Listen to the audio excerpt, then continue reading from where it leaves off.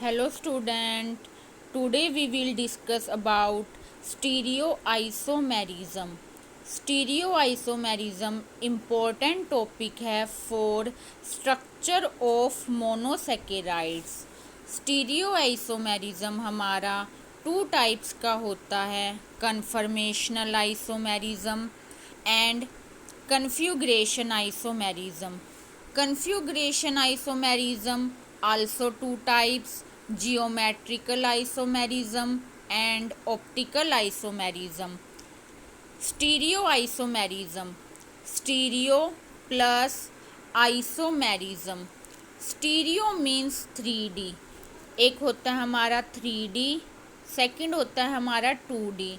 3D means 3 dimensional, 2D means 2 dimensional. 3D मतलब जो space में हो और 2D मतलब जो प्लेन ऑफ पेपर पे, हमने कोई भी चीज़ प्लेन ऑफ पेपर पे की मीन्स वो 2D है और जो स्पेस में है वो 3D है. आइसोमेरिज्म ऑर्गेनिक मॉलिक्यूल्स की प्रॉपर्टी होती है कि वो आइसोमर बनाए, उस प्रोसेस को बोलते हैं आइसोमेरिज्म. आइसोमर मीन्स जिसमें मॉलिक्यूलर फॉर्मूला सेम हो बट उन ऑर्गेनिक मॉलिक्यूल्स की फिजिकल और केमिकल प्रॉपर्टी डिफरेंट हो, उसे बोलते हैं isomer. Molecular formula means C6H12O6, ये हमारा मॉलिक्यूलर फॉर्मूला है. इसमें कार्बन के 6 एटम हैं, हाइड्रोजन के 12 एटम हैं, ऑक्सीजन के 6 एटम हैं. तो ये हमारा मॉलिक्यूलर फॉर्मूला है. तो वो ऑर्गेनिक मॉलिक्यूल्स जिनका मॉलिक्यूलर फॉर्मूला सेम हो बट उनकी फिजिकल केमिकल प्रॉपर्टी डिफरेंट हो, तो उन मॉलिक्यूल्स का 3D में अरेंजमेंट वो हमारा स्टीरियो आइसोमेरिज्म होता है. स्टीरियो आइसोमेरिज्म में हमारा स्ट्रक्चर फॉर्मूला सेम होता है, मॉलिक्यूलर फॉर्मूला सेम होता है बट 3D अरेंजमेंट है वो डिफरेंट होती है. अब हमारा स्टीरियो आइसोमेरिज्म टू टाइप्स के होते हैं, conformational isomerism and configuration isomerism. Conformational isomerism में हमारा सिंगल बॉन्ड होता है, कन्फ्यूग्रेशन में हमारा डबल बॉन्ड होता है. इसमें हमारी फ्रीली रोटेशन होती है ऑर्गेनिक मॉलिक्यूल्स की, आइसोमर की, बट इसमें हमारी रोटेशन रिस्ट्रिक्टेड होती है, मीन्स फ्रीली रोटेशन नहीं होती हमारे आइसोमर्स की. जैसे ये कार्बन एटम ये सिंगल बॉन्ड है और ये कार्बन एटम आपस में अटैच है डबल बॉन्ड से. इसमें हमने यहाँ पे H है, यहाँ पे हमारा CH3 है, यहाँ पे हमारा CH3 है और यहाँ पे H है. यहाँ पे हमारा कार्बन आपस में फ्रीली रोटेट होते हैं. जैसे हमने फर्स्ट कार्बन को इसमें फिक्स किया और सेकंड कार्बन को रोटेट किया, रोटेशन के बाद ये H तो यहाँ आ जाता है, ये CH3 यहाँ आ जाता है, तो हमारी फ्रीली रोटेशन होती है. बट कन्फ्यूग्रेशन आइसोमेरिज्म में हमारी रोटेशन फ्रीली नहीं होती. यहाँ पे डबल बॉन्ड अप्लाई कर दूँ तो ये जो H है, ये CH3 है, ये यहीं पे रहते हैं, इनकी फ्रीली रोटेशन नहीं होती. एग्जाम्पल लेते हैं हम हमारे हैंड का. वन हैंड को हम फर्स्ट कार्बन एटम मान लेते हैं और सेकंड हैंड को हम सेकंड कार्बन एटम मान लेते हैं और एक पेन लेते हैं दोनों के बीच में.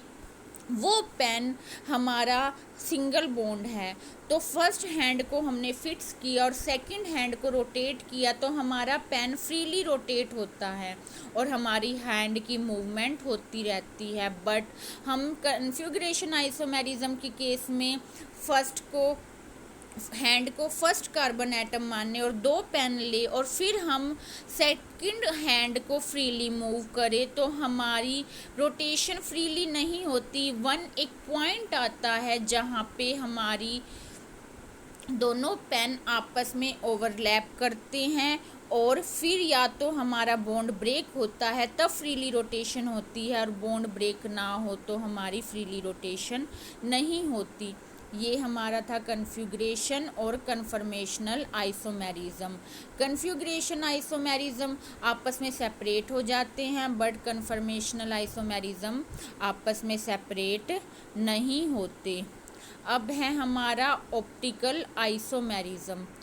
ऑप्टिकल आइसोमेरिज्म ये हमारा टाइप्स है कन्फ्यूग्रेशन आइसोमेरिज्म का।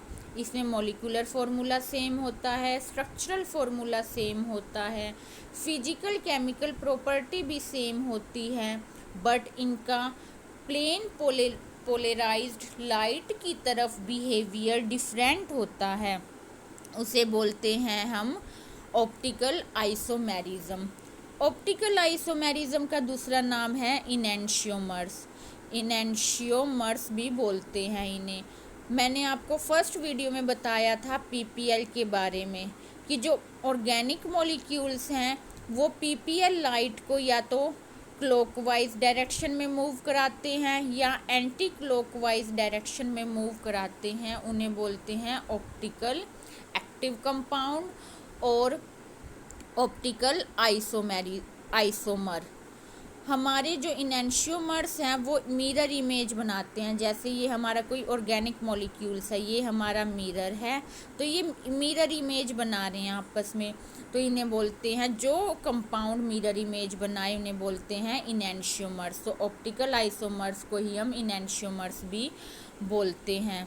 अब हमारा डिफरेंस ऑप्टिकल एक्टिव कंपाउंड और ऑप्टिकल इनएक्टिव कंपाउंड। जो ऑप्टिकल एक्टिव कंपाउंड है वो प्लेन लाइट की तरफ बिहेवियर शो करते हैं, जो वो पीपीएल लाइट को या तो क्लॉकवाइज डायरेक्शन में या एंटी क्लॉकवाइज डायरेक्शन में मूव कराते हैं, बट जो हमारे ऑप्टिकल इनएक्टिव कंपाउंड है वो प्लेन पोलराइज्ड लाइट की तरफ कोई भी बिहेवियर शो नहीं करते।